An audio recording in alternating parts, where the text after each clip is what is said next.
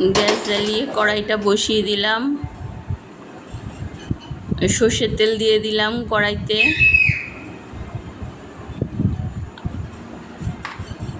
সর্ষের তেলেই রান্না করি বেশি, সর্ষের তেল হার্টের জন্য ভালো।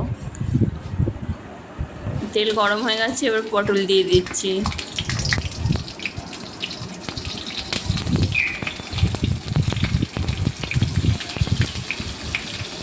এই গরমে পটল খাওয়া ভালো, কেননা পটলকে অ্যান্টিপক্স বলা হয়।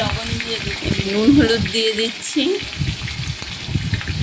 নুন হলুদ দিয়ে পটলটা একটু ভাজা ভাজা করে নেব।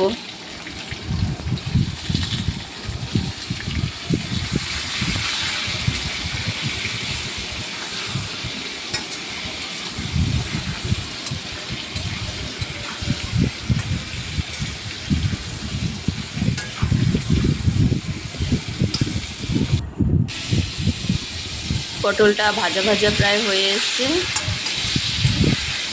খুব বেশি ভাজবো না।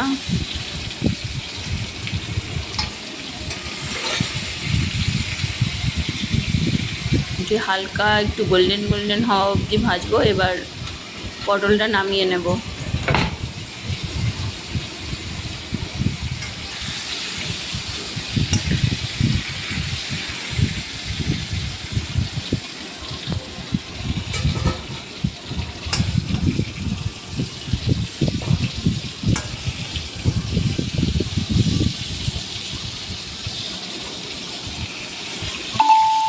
এক হাতে ফোন ধরে ভিডিও করতে করতে রান্না করা খুব সমস্যা হয়ে যায়, ওই জন্য সময়ও লাগে, কিন্তু কিছু করার নেই। কেউ তো আর ভিডিও করে দেওয়ার নেই, নিজেকেই করতে হবে। এবার আলুটা দিয়ে দেবো।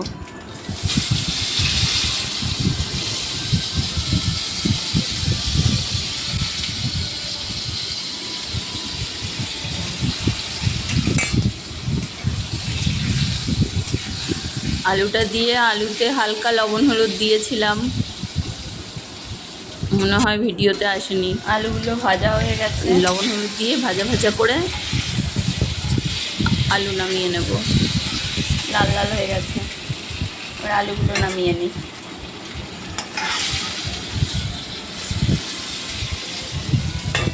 ওই বাটিতেই নামিয়ে নিচ্ছি।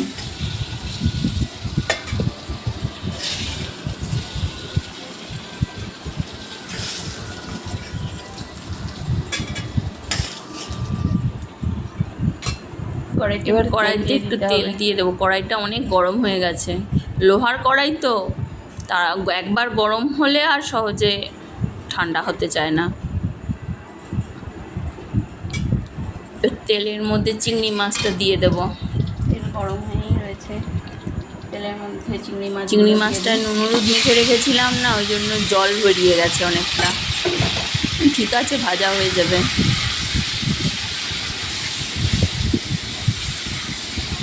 চিংড়ি মাছ বেশি ভাজি না, বেশি ভাজলে রাবারের মতন শক্ত হয়ে যায়। হালকা করে ভেজে তুলে নেব। মেখে রেখেছিলাম, চিংড়ি মাছগুলো একটু ভেজে নেব। জলটা শুকিয়ে যাক, তারপরেই উঠিয়ে নেব।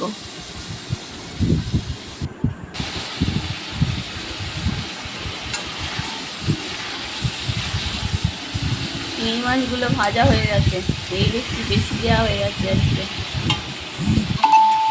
হয়েছে ভাজা, জল শুকিয়ে তেল ছেড়ে গেছে। লাইট অন করতেই ভুলে গেছিলাম, গ্যাসের প্রয়োজনে এতক্ষণ অন্ধকার অন্ধকার লাগছিল। যাক, চিংড়ি মাছগুলো তুলে নিচ্ছি।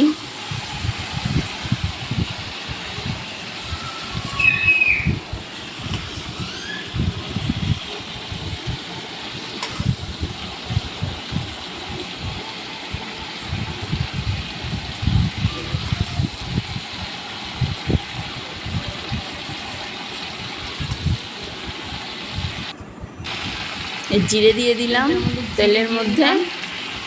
গরমের মধ্যে খুব বেশি মশলা দিয়ে রান্না করব না, হালকা। এবার পেঁয়াজটা দিয়ে দিয়েছি। পেঁয়াজটা লাল লাল করে, একটু বেশি না, হালকা ব্রাউন ব্রাউন হবে, ভেজে নেব।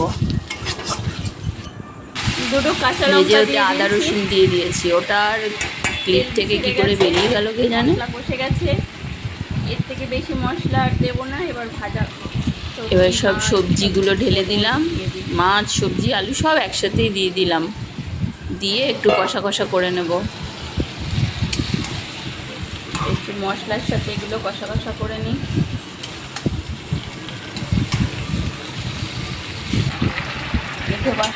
এঁঠো বাসনগুলো বেসিনে রেখে দিচ্ছি, কারণ আমাকেই মাজতে হবে একটু পরে।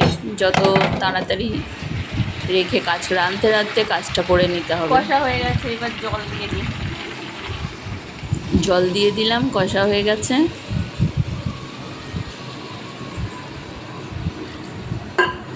এবার কিছু সময় ফুটতে দেব। সব ভাজা ভাজা সবজি, বেশিক্ষণ লাগবে না, তাড়াতাড়ি গলে যাবে। এবার গরম মশলা দিয়ে দিই একটু। হয়ে গেছে, এবার গরম মশলা দিয়ে একটু ঢেকে দেব। গ্যাসটা নিভিয়ে কিছু সময় থাকবে, তারপর নামিয়ে নেব। নাড়াচাড়া দিয়ে ঢেকে দিলাম, গ্যাসটা নিভিয়ে দেবো, একটুখানি বন্ধ থাক। ভিডিওটা ভালো লাগলে একটা লাইক করো, কমেন্ট করো আর সাবস্ক্রাইব করো। Bye bye.